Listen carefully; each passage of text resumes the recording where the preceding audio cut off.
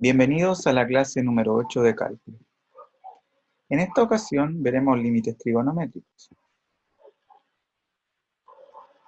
Lo primero que vamos a hacer en esta clase es demostrar este límite. Pero necesitamos una desigualdad para poder demostrarlo por definición. La desigualdad es esta, ¿sí?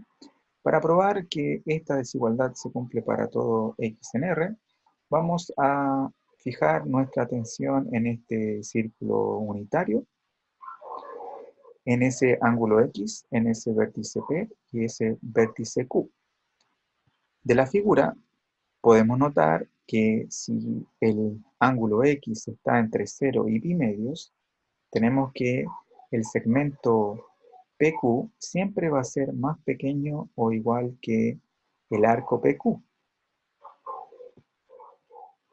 Utilizando trigonometría, podemos verificar que el segmento PQ corresponde a 2 veces el seno de X y además, utilizando propiedades básicas de circunferencia, podemos notar que el arco PQ corresponde justamente al ángulo del centro, que en este caso corresponde a 2 veces X. Con esto podemos verificar de que el seno de X es siempre menor o igual que X para todos estos valores, ¿sí? Y como estos valores siempre corresponden a valores positivos, entonces nosotros podemos escribir de esta manera, ¿sí? Siguiente situación, fíjense ahora cuando X es más grande que pi medios. Con esta situación tenemos que el valor absoluto del seno de X es siempre menor o igual que 1. Eso es bien conocido por todos. Además, el 1 es siempre pequeño, más pequeño que pi medios. Y como estamos en esta situación, tenemos que el x siempre es más grande que pi medios. Como el x es positivo, entonces lo podemos escribir directamente. Entonces, mediante estas dos situaciones, podemos decir que para todo x mayor o igual que 0, la propiedad se cumple. Ahora bien, ¿qué es lo que sucede cuando el x es negativo? Sabemos muy bien entonces de que menos x es positivo. Por lo tanto, fíjense en esta cadena de igualdades y desigualdades. Notemos que decir seno de x en valor absoluto es equivalente, es igual a decir menos seno de x por propiedades de valores absolutos. Esta igualdad nace del hecho de que la función seno es impar. Por lo tanto, este menos podría pasar al argumento. Ahora bien, en la diapositiva anterior demostramos que para todo x positivo o 0 se cumple la propiedad. Por lo tanto, como menos x es positivo, entonces podríamos aplicar la propiedad. Y bueno, como el valor absoluto de menos x corresponde justamente al valor absoluto de x. Entonces, con todas estas situaciones tenemos que para todo x número real se cumple de que el valor absoluto de x es siempre menor o igual que el valor absoluto de x. Con esto ya en mente podríamos notar la siguiente situación. Fíjense que la diferencia entre el coseno de x y menos coseno de a lo podríamos escribir utilizando aquella identidad trigonométrica, ¿sí? Ahora bien, utilizando propiedades de valor absoluto, tenemos este resultado. Fíjense además que toda esta expresión que está acá, el seno de ese argumento, es menor o igual que 1. Ahora, vamos a utilizar la propiedad antes demostrada para llegar a lo que nosotros necesitamos. Fíjense que la expresión seno de aquel argumento en valor absoluto va a ser siempre menor o igual que el argumento en valor absoluto. Por lo tanto, ustedes podrían cancelar los dos. Por lo tanto, En definitiva, tenemos que la diferencia del coseno de x con el coseno de a, en valor absoluto, es menor o igual que la diferencia de argumentos en valor absoluto. Por lo tanto, si ustedes se fijan en el lado derecho, tenemos la demostración de esta situación. Si nosotros tomamos un epsilon positivo y definimos epsilon igual a delta, y además consideramos esta como hipótesis, entonces, por lo expuesto anteriormente, tenemos que esto de acá implica eso, y mirando la pantalla en el lado izquierdo, tenemos que la diferencia de x menos a en valor absoluto menor que epsilon implica justamente lo que tenemos allá, que es la diferencia del coseno de x con el coseno de a. Por lo tanto, esto de aquí es equivalente a probar que el coseno de x, cuando el límite tiende cuando el x tiende a, es igual al coseno de a. Muy bien. Digamos,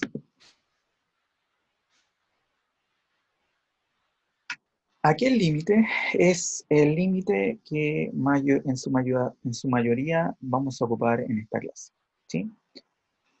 Fíjense que por aquel dibujo tenemos que un ángulo X, tenemos un segmento PR, tenemos un arco PS, tenemos un segmento QS. De la figura podemos rescatar esta situación, ¿cierto? Si X está entre 0 y pi medios, fíjense que el segmento PR equivale al seno de X, el arco PS corresponde justamente a X, y que el segmento QS corresponde a la tangente de X. Entonces, el seno de X es menor o igual que X, menor o igual que tangente. Ahora bien, mirando el lado derecho, tenemos que, si eso se cumple, aplicando el inverso a la desigualdad, como toda esa línea es positiva, entonces lo podría hacer. Fíjense que aplicando el inverso obtengo esta línea. Si multiplico por seno de x, viendo que el seno de x es positivo para los x que estamos considerando, por lo tanto tenemos esa situación, ¿sí?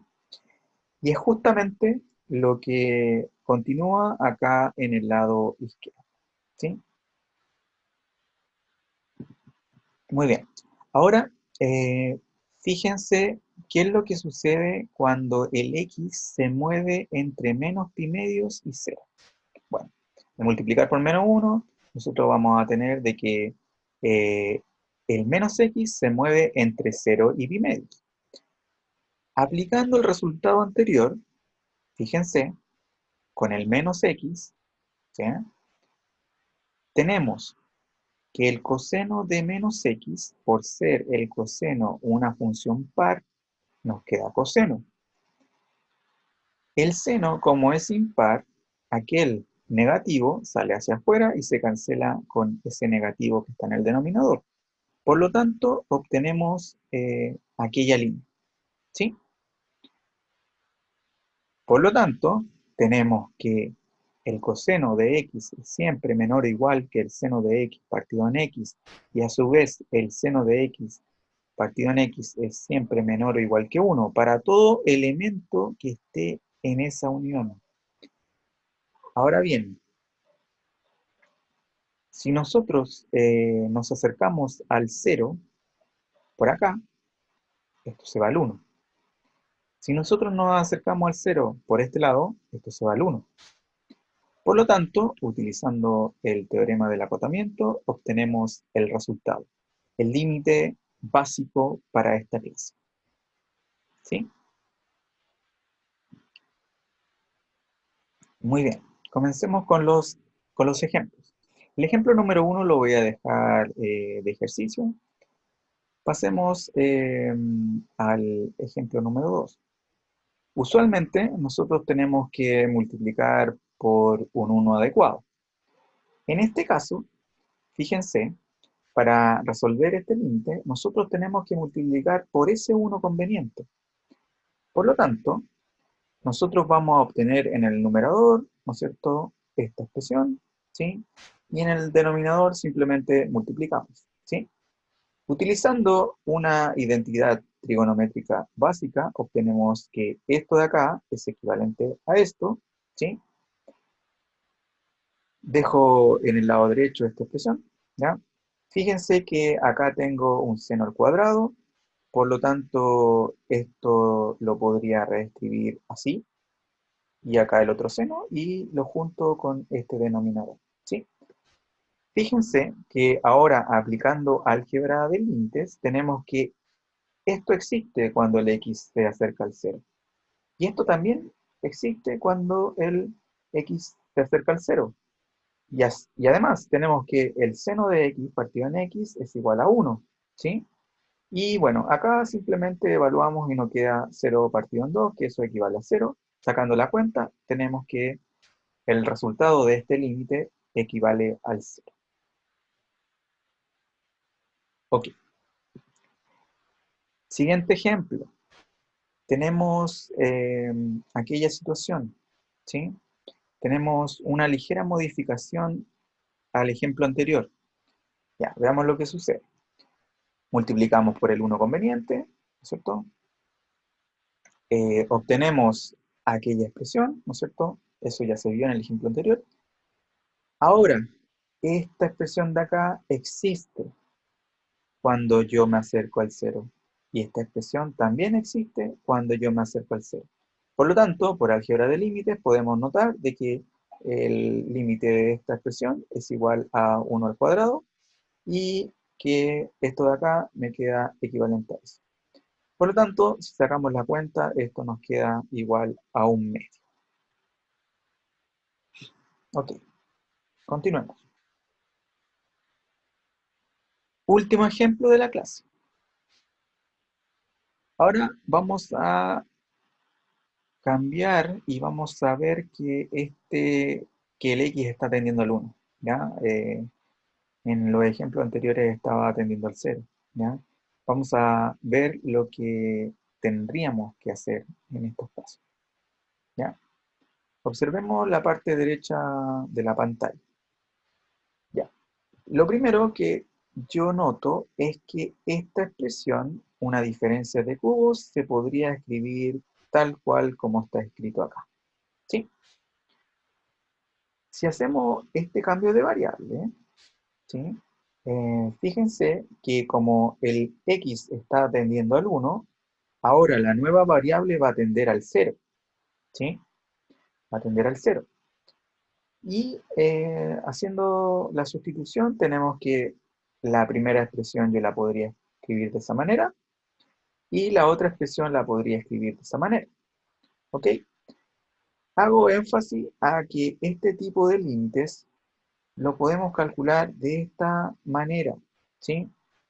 Lo doy de ejercicio, muy simple, ¿ya? Ustedes se dan cuenta.